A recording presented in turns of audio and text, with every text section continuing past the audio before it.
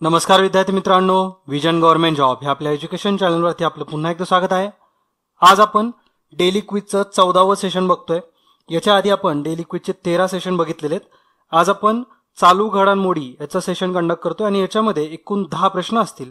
Okay, आणि नेहमीप्रमाणेच तुम्ही सगळ्यांनी सुद्धा पहिल्यांदा प्रश्न वाचून झाल्यानंतर तुमचा आन्सर तयार ठेवायचा आहे आणि त्याच्यानंतर मी सांगितलेलं आन्सर आणि तुमचं हे क्रॉस चेक करा, म्हणजे तुम्हाला पण कळेल आपले किती प्रश्न बरोबर येत आहेत आणि अशा पद्धतीने एक्झामला सुद्धा नक्कीच तुम्हाला फायदा होईल. ओके, तर आज आपण पहिला प्रश्न बघूया. पहिला प्रश्न आहे, स्पेशल ऑलिम्पिक्स वर्ल्ड गेम विषयी अयोग्य विधान ओळखा. तुम्हाला याच्यामध्ये अयोग्य विधान ओळखायचे. 4 विधानं दिली आहेत खाली. तर पहिल्यांदा आपण या स्पेशल ऑलिम्पिक वर्ल्ड गेम्स बद्दल जाणून घेऊयात. तर पर्यायामध्ये जर बघितलं तर पहिला पर्याय असं सांगतोय 2017 मध्ये ही स्पर्धा ऑस्ट्रियामध्ये आयोजित केली आहे. तर हे करेक्ट विधान आहे. ही 2017 मध्ये ऑस्ट्रियामध्ये आयोजित करण्यात आली आहे. ही स्पर्धा दर 2 वर्षातून आयोजित केली जाते. हे पण करेक्ट आहे. जो तिसरा पर्याय आहे त्याच्यामध्ये सांगितले पहिल्यांदा ही स्पर्धा 1968 मध्ये किंवा 68 साली आयोजित केली होती. हे सुद्धा करेक्ट आहे. मात्र जे चौथं विधान आहे त्याच्यामध्ये असं सांगितलंय स्पेशल ऑलिम्पिक्स या संघटनेचे मुख्यालय न्यूयॉर्क अमेरिका इथे आहे. तर स्पेशल ऑलिम्पिक्स ही जी संघटना आहे ही संघटना ही स्पेशल ऑलिम्पिक वर्ल्ड गेमचं आयोजन करते. मात्र हिचं जे मुख्यालय आहे हे न्यूयॉर्कमध्ये नाही आहे, तर वॉशिंग्टन DC मध्ये त्याचं मुख्यालय आहे. ओके, तर पर्याय क्रमांक 4 जो आहे हा आपला अयोग्य आहे, त्याच्यामुळे आपला आन्सर आहे पर्याय क्रमांक 4. ओके, आणि ही जी स्पर्धा होती ही जी बौद्धिकदृष्ट्या काही सक्षम नसणाऱ्या ज्या व्यक्ती असतात तर अशा व्यक्तींसाठी या स्पर्धेचं आयोजन केलं जातं. त्याला आपण स्पेशल ऑलिम्पिक्स वर्ल्ड गेम असं या नावाने ओळखतो आणि दर 2 वर्षातून हिचं आयोजन केलं जातं. ओके, आणि हे जे आयोजन आहे हे स्पेशल ऑलिम्पिक्स या संघटनेकडून केलं जातं. ओके, आणि ज्याचं हेड ऑफिस आहे वॉशिंग्टन DC मध्ये. सेकंड क्वेश्चन बघू आता. बादला सौर ऊर्जा प्रकल्प कोणत्या राज्यात आहे असे विचारले. 4 पर्याय दिलेत तुम्हाला. सौर ऊर्जा प्रकल्प ह्याचं जे आन्सर राहील हे जास्त करून राजस्थान किंवा आंध्र प्रदेश किंवा तामिळनाडू या 3 राज्यांपैकी असणार आहे एक्झाममध्ये सुद्धा. तर ह्याचं जे आन्सर आहे हे म्हणजे राजस्थान. ओके, आणि बादला हा जो सौर ऊर्जा प्रकल्प आहे हा राष्ट्रीय औष्णिक ऊर्जा महामंडळ म्हणजेच आपला NTPC द्वारे प्रस्तुत केलेला किंवा NTPCनी हा प्रकल्प सुरू केलेला आहे. ओके, आणि राजस्थानमध्ये. आणि NTPC बद्दल तुम्हाला माहिती आवश्यक आहे, जसं की NTPCची जी स्थापना आहे ही 1975 मध्ये झाली होती. त्याचं जे आधीचं नाव आहे हे राष्ट्रीय औष्णिक विद्युत निगम असं आधीचं नाव आहे. त्याचबरोबर भारत सरकारची त्याच्यामध्ये मालकी आहे. ते एक सार्वजनिक क्षेत्रातील कंपनी. भारत सरकारची त्याच्यामध्ये 89.5% एवढी मालकी आहे. ओके, म्हणजे तेवढे शेअर आहेत आपल्या गव्हर्नमेंट ऑफ इंडियाचे. ओके, आणि बॉम्बे स्टॉक एक्सचेंजच्या अंतर्गत ही कंपनी इन्क्लूड केलेली आहे. बॉम्बे स्टॉक एक्सचेंजमध्ये त्याचे शेअर आहेत. तर NTPC बद्दल एवढी माहिती तुम्हाला आवश्यक आहे. त्याचं आधीचं नाव काय होतं हे बऱ्याच वेळेस एक्झाममध्ये येऊन गेलेलं आहे, तर नाव व्यवस्थित तुम्ही लिहून घ्या, राष्ट्रीय औष्णिक विद्युत निगम.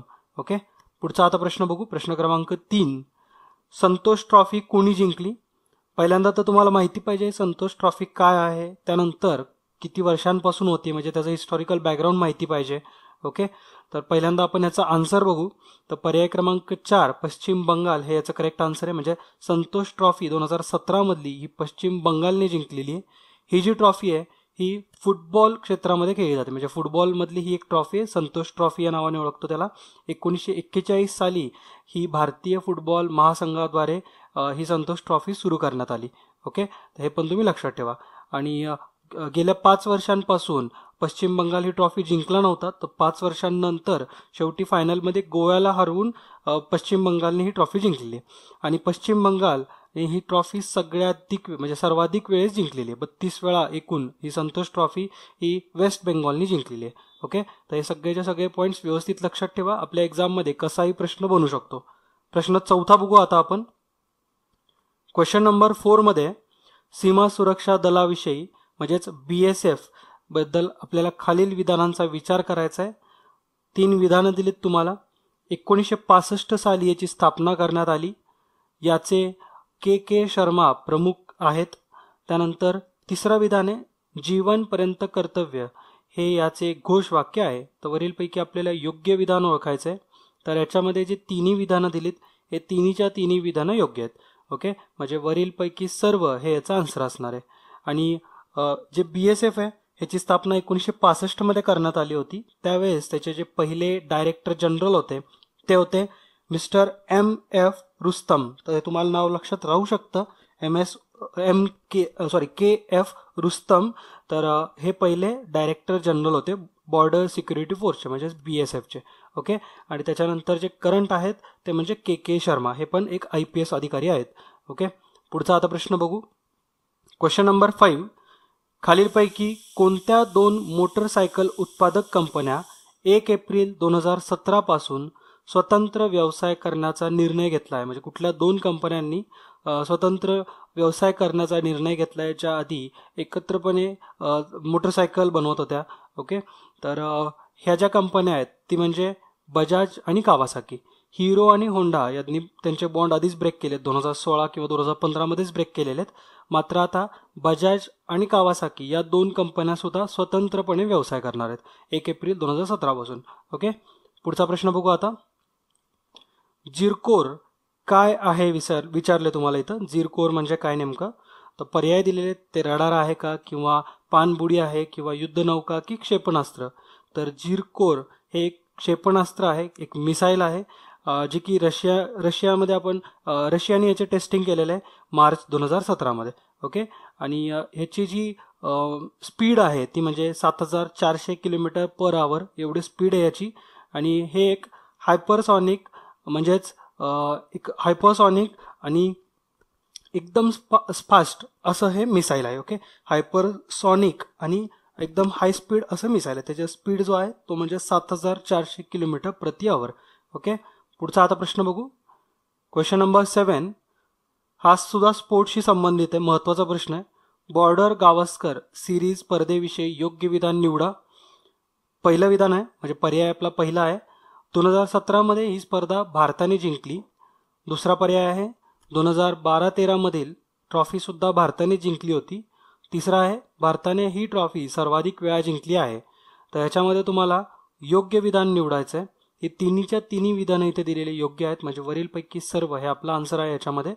ही जी ट्रॉफी आहे तुम्हाला माहिती असेल, ॲलन बॉर्डर हे ऑस्ट्रेलियाचे एक माजी खेळाडू आहेत आणि गावस्कर यांच्या नावावरती ही ट्रॉफी खेळली जाते भारत आणि ऑस्ट्रेलिया या 2 देशांच्या मध्ये. ओके. 1996-97 पासून याची सुरुवात झाली होती आणि ही ट्रॉफी आतापर्यंत भारताने सर्वाधिक वेळा जिंकलेली आहे. ओके. हे सगळे पॉईंट ॲज इट इज तुम्ही लक्षात ठेवा, एक्झाममध्ये प्रश्न बनू शकतो. Question number 8.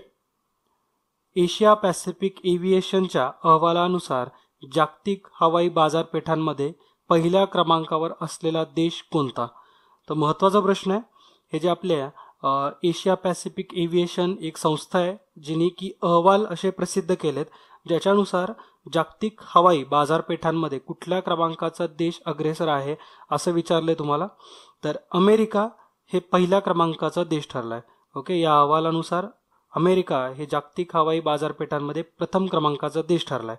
ओळीने 3 कुठले कुठले देश आहेत हे सुद्धा तुम्हाला माहिती पाहिजेत, म्हणजे पहिले 3 कुठले कुठले आहेत. तर अमेरिका, चीन आणि भारत हे 3 पहिले देश आहेत. ओके. म्हणजे पहिला आहे अमेरिका, दुसरा आहे चीन आणि तिसरा आहे भारत.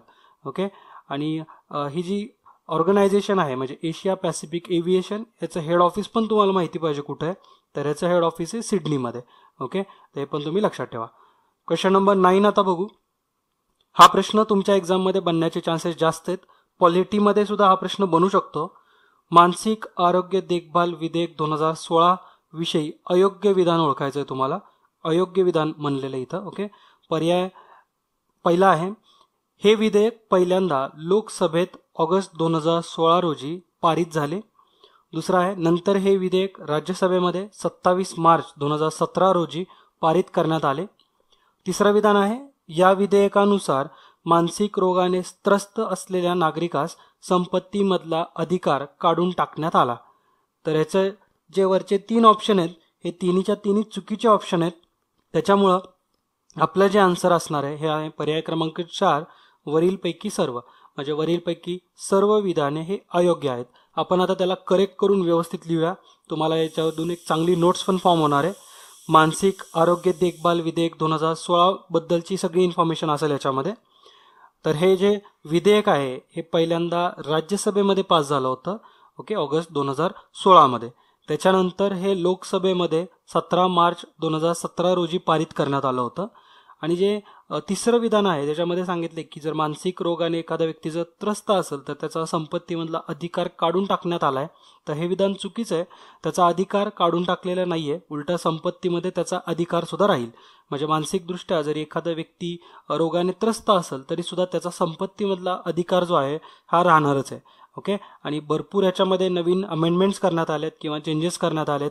जसं की जर रोग्याची किंवा त्या व्यक्तीची जर इच्छा असेल तरच तो त्याच्यावरती उपचार करता येईल. म्हणजे जर इच्छा नसेल तर त्याच्यावरती जबरदस्ती करून उपचार हा करता येणार नाहीये.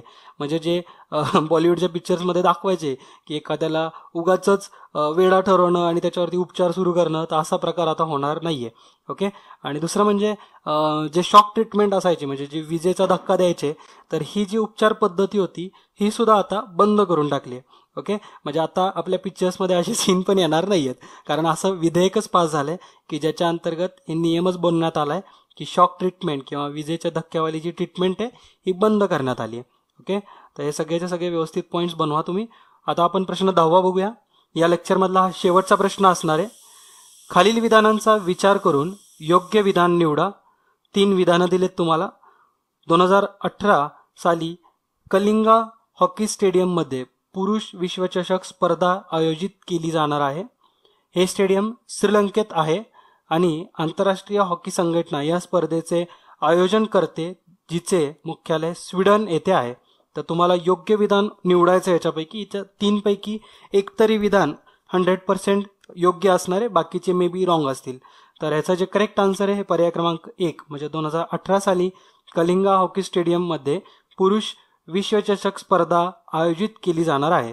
आता हे जे हॉकी स्टेडियम आहे हे मे बी तुम्हाला नावावरून वाटत असेल की श्रीलंकेमध्ये, मात्र हे जे स्टेडियम आहे हे आपल्या भारतामध्येच आहे, भुवनेश्वरमध्ये. ओके. ओडिशा भुवनेश्वरमध्ये हे स्टेडियम आहे. आणि आंतरराष्ट्रीय हॉकी संघटना याचं आयोजन करणार, हे पण करेक्ट आहे. मात्र तिचं जे हेड ऑफिस आहे किंवा हेडक्वार्टर आहे ते स्वीडनला नाही आहे, तर स्कॉटलँडला आहे. ओके. आणि याची जी स्थापना झाली होती या आंतरराष्ट्रीय हॉकी संघटनेची, महासंघाची, तर 1924 मध्ये याची स्थापना झाली होती आणि ज्याचं हेड ऑफिस आहे स्कॉटलँड. ओके. तर व्यवस्थित तुम्ही याच्या आन्सर्स सुद्धा लिहून घ्या आणि छानपैकी एक नोट्स पण बनल. अशा पद्धतीने आपण आजचा डेली क्विज सेशन सुद्धा कंप्लीट केलेला आहे. याच्यानंतर जे उद्या सेशन असणार आहे त्याच्यामध्ये डेली क्विज 13 मध्ये जे आपण डिफिकल्टी लेवलवाले क्वेश्चन बघितले होते ते सगळे सॉल्व्ह करणार आहे. ओके. तर ज्यांनी कुणी अजून सिरीज ही फॉलो केलेली नाही आहे त्यांना मी रिक्वेस्ट करेल की तुम्ही डेली क्विज या आमच्या प्लेलिस्टमध्ये जाऊन सगळेच्या सगळे डेली क्विजचे लेक्चर्स बघून घ्या. ओके. तुमच्या एक्झाममध्ये त्याला नक्कीच प्रॅक्टिस पण होणार आहे आणि याच्यामधून सुद्धा तुमच्या येणाऱ्या कंबाईन एक्झाममध्ये असो किंवा बाकीच्या सगळ्या एक्झाम्समध्ये प्रश्न बनतीलच. ओके. तर भेटूया आपण पुढच्या लेक्चरमध्ये. तोपर्यंत जय हिंद, जय महाराष्ट्र. धन्यवाद.